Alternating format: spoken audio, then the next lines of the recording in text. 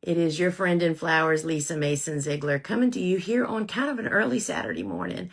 I just came in from watering a bunch of new plantings and I sat down to do my job for today. And that is, y'all, the first revisions of Growing a Beautiful Life. And I can't wait. There's a super sweet illustration I want to show you. But before that, I have been asked 3 times in the last few days, how do you get a book deal? How does that all happen? And so funny. And so then this morning in my feed, of course, I follow a lot of book type accounts. One that was new to me this morning called books.on.the.grange, and I'll try to tag them here when I'm done. They're a copywriter and he was a literary guide, and they just did a really great tutorial on what it takes to get a book. And I thought I would relate those steps to how I have gotten a book, because it is so blooming different than what you think, y'all. So very different. So first thing you have to realize is that publishers are businesses and have to make money. So it all starts looking with, can a book idea actually be can it create a profitable book? And it's really not easy. I mean, obviously, it's not easy to get a book. Once you get your first book, then it gets easier each time because you've kind of proven yourself, particularly in how many books you sold. And there's a whole lot of stuff that goes into that, right? And so the first step for me was, and what they said that confirmed it, is you have to find an editor that actually falls in love with you or your idea or somebody that's going to be your champion, right? They're going to be your person, because they're going to have to go to bat, like I'm going to tell you in a minute, up against some hardball, right? So everything from the very beginning starts with, will this book be profitable or not? And I'm just looking at my list. And then the editor that thinks it's a great idea then has to convince the publishing board, editorial board, they call them a lot of different things. And that editor, after they talk to you, the author, potential new author or potential author, has to go back to the drawing table and say, all right, basically they're creating a profit and loss quote or estimation of what do they think it's going to cost to bring this book to life. And that's the part that I just had no idea. And I thought you guys would actually be interested in this. So it all starts with the production costs. That's the editing, the design, the layout. You cannot believe how many people I email with over this book.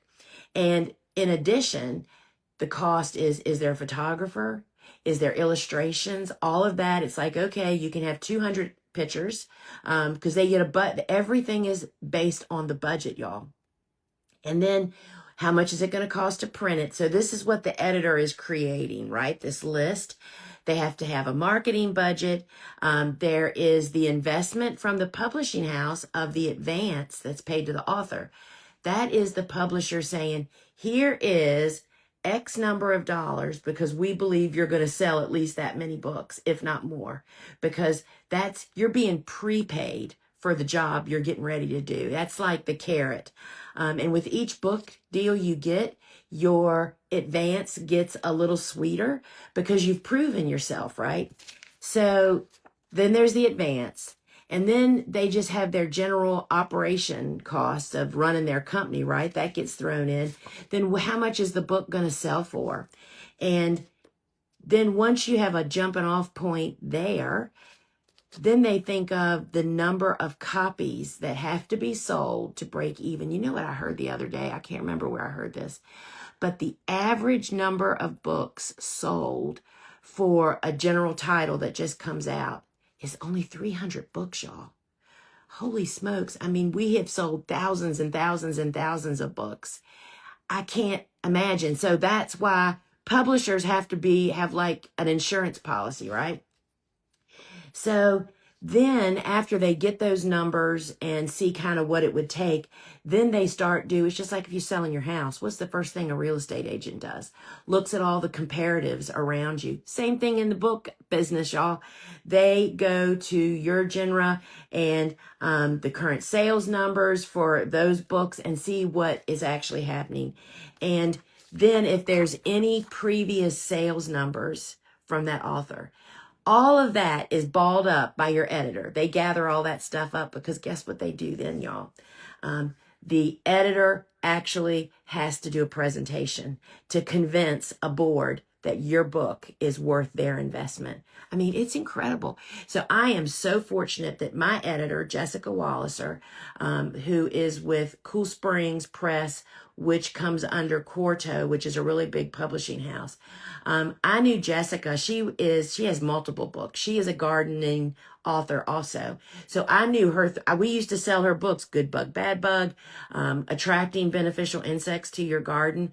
And she is now their executive, I think, editor in the Cool Springs print. And so we kind of knew each other, not well, but she has just been such a champion for me. And that's a big reason why I got the Cut Flower Handbook deal and then Growing a Beautiful Life, right? And it is just, I just can't tell you. And I'll tell you just very quickly, the way I got my very first book deal was for Cool Flowers was I also had another backdoor entry.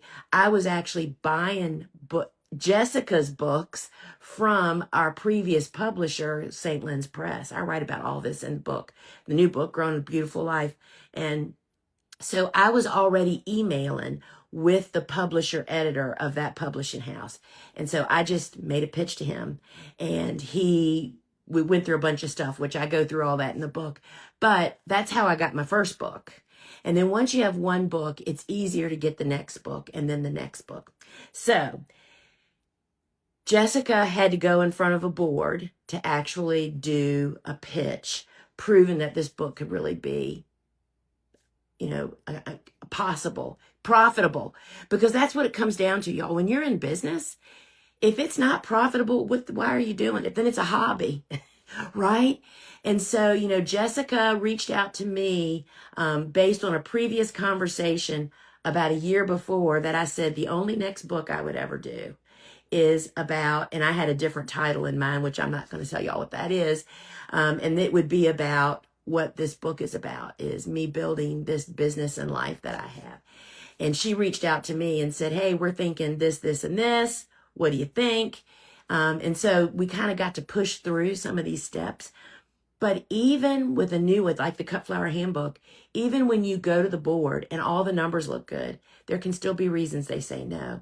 It could be as simple as there's 2 more books that are similar to your title that are coming out at the same time. I mean, that's just not, those are red flags, y'all. Those are the kind of red flags we as writers, gardeners, farmers, whatever, don't see that. We think, oh, but ours is so much better. It might be, but chances are good people are never going to know that because there's just too close of a comparison. So today, as I sat down to write, to go through the first revisions of Growing a Beautiful Life, I thought this would be just a great time to answer that question for people. It is so different than what you actually think. And so the first revision means I got a file Thursday, of the book all put together. Doesn't have the covers, but it's all the inside pages. And I'm supposed to read the entire book and make sure there's nothing missing because, y'all, it's all about copy and pasting stuff and moving things around, right? And so I'm reading the book now to ensure that there's, that it's correct and all the content is there. And there aren't any, it hasn't been proofed yet for typos and grammar and all of that. The pages aren't numbered yet. So this is just a cover page. So I'm going to take that off because I want to show you. I'm going to give y'all a flash. I can't let you see much. But, this is a black and white narrative book. This is not a gardening book, right? So here's the title page, Growing a Beautiful Life, and it has the tagline there. But look at the illustration that is opposite of that. Look how sweet that is. And that's all I'm going to show y'all. And that is based on an image of me and Steve and Babs. Babs was one of our Goldens a couple of decades ago, looking at our magnolia tree in the backyard. And that is just such a sweet and meaningful image to me. I just absolutely love it. But at this point, see, I've got this written here, pages not numbered, because I don't want anybody to take this clip off because the pages aren't numbered, which means if they get pushed or dropped off of somewhere, you're never going to be able to like get the pages back in order. And this is, so the book is, how many pages is the book? 260 pages. It's 60,000 words. Anyway, so I am working on reading through this. And you know that on our website, you can comment for life here and we'll DM you the link, or you can just go to my website. It's at the top of every page to go to the pre-order page. It lists all the big booksellers. And why does it do that? We're not pre-selling the book, y'all, because we're really trying hard to get my book on some book lists, like, for instance, the New York Times bestseller list. No author sales count towards any of those lists. So we are not selling it. So I am just asking you to please pre-order the book from any of those booksellers, right? And if you scroll down to the bottom of that page, on my page, you can read the first few pages of chapter 2, which is kind of fun. It's how I met Steve, and it's really kind of cute. And it's just, I can't wait for y'all to have this book in your hands. It comes out in March of 2027. And I just thought I would share with you kind of what the steps are. It's so different than when you write novels. When you write novels, you write a book, find a literary agent that falls in love with your book, and then y'all work together to get it published and get it rewritten, basically. It doesn't work that way when you're in gardening books and how-to books. They want to work with you. So I wrote this book alongside, Jessica and the publisher being a part of it along the way. And I just can't wait for you guys to have it in your hands. So so this is revision number 1. And the only thing that gets changed or fixed at this point is errors, something that is a blatant, not right kind of thing. So I am hanging out indoors. It's hotter than blue blitzing here in southeastern Virginia, reading revision 1 of Growing a Beautiful Life. And I have a lot, and each page has 2 pages on it, y'all. And that's about how big the book is. And I just love the cover of this book. I mean, it's really kind of funny. Isn't it? You know how your mom probably used to tell you that clothes and styles go around and come back, and you don't believe them when you're young. Oh my gosh, y'all. Right now, my colors are so in style. I have always been a brown, orange, yellow, green kind of girl. I mean, I loved wearing brown pants and tan shirts with orange. And I mean, that's my whole house is that. This color of these bookshelves behind me here is like a stepping out of my comfort zone. But the cover of the book of Growing a Beautiful Life is like so of my child. I took one look at it and said, that's it. How did y'all get in my head? That like reminds me of being 14 years old and shopping with my mom at Sears and Roebuck. Did anybody else shop there? And oh my gosh, y'all. Anyway, so I can't wait for you to get this book because not only is it a story of the underdog succeeding, the person that should have never succeeded. Well, it's not that should never. It's like you never thought you could. And I've proven that anybody can do anything, and how to face down your fear and build your confidence and kick that mess to the curb. So friends, please, if I have ever done anything to help you or encourage you, I'm asking for a favor. Please pre-order my book. Pre-orders make or break a book in the way the book industry works today. And it doesn't matter where you buy it. big booksellers is all it counts.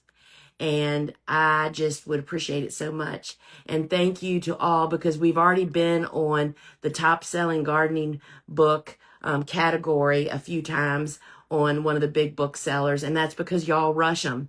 That's like how many sell in a certain period of time. And I thank you guys for that. So my friends, I'm going back to my work of reading my book yet again and doing some little tweaking they've asked me to do. So friends, stay cool. And remember, don't forget, we are heading into cool flower season. Get your peas in a row.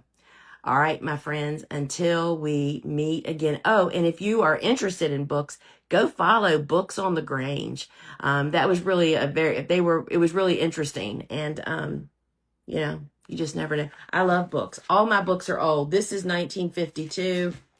This is 1951, I think, or this is actually maybe 60. I love books. As you can see, I have a library in my house. So friends, they're timeless. They're timeless. The old ones are the best. All right, my friends. Ciao.